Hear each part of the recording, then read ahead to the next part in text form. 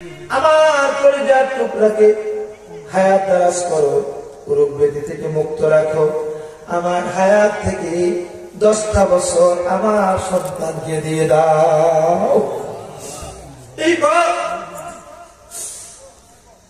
সবার খাবার দাবার শেষ হয়ে গেছে, রাত 10টা বাজে। যুবকরে খেয়াল করে শুনো, ও আমার মা আপনার উদ্দেশ্যে ওয়াজ করছে, আপনি ভালো করে শুনেন।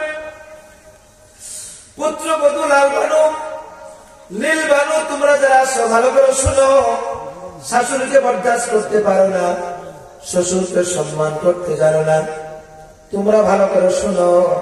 তোমার কপালটা আল্লাহ রাব্বুল আলামিন খুলে দেবে। যুবকরে রাত 10টা বেজে গেছে, মা আলু ভর্তা দিয়ে ডাল দিয়ে লুপ্পা তৈরি করেছে, মুখে দেবে এমন সময় আমি মায়ের পেটের ভেতরে ছিলাম।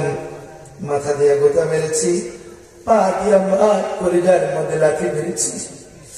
মার পেটের ভেতর শুরু হয়ে গেছে, একবার দাঁড়ায় আবার বসে আবার দাঁড়ায়, ব্যথা বেশি বেড়ে গেছে, বিছানার মধ্যে উঠে পড়ছে।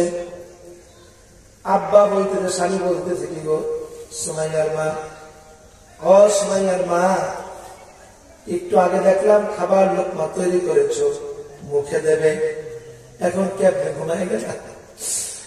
মা স্ত্রী বলতেছেন, স্বামী আমার, আমার মনে হয় আমার কলিজার টুকরা নয়নের পুতুলি পেটের ভেতরে কোনো কষ্টে আছে, কষ্ট দিলাম আমি মাকে। মা বলতেছে, আমি নাকি কষ্টে আছি। শোনা চান, এই মারে কষ্ট দিন, লাল ভানুরে পায়া, সুন্দরী বউ পায়া মাকে কষ্ট দিও না, আব্বাকে কষ্ট দিও না, কপাল পুড়ে যাবে।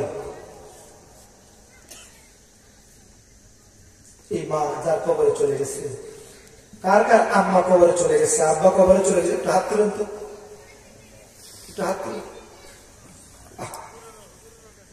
হাত নামা। আমার আব্বা মা যাদের মা বাপ চলে গেছে, খুব নিবিড় ভাবে বলছি, পৃথিবীর শ্রেষ্ঠ সম্পদ আমার মা। নিঃস্বার্থক তিনি খেলেছেন, আজকে আপনি কোটিপতি হয়েছে, কোটি কোটি টাকার মালিক হয়েছে।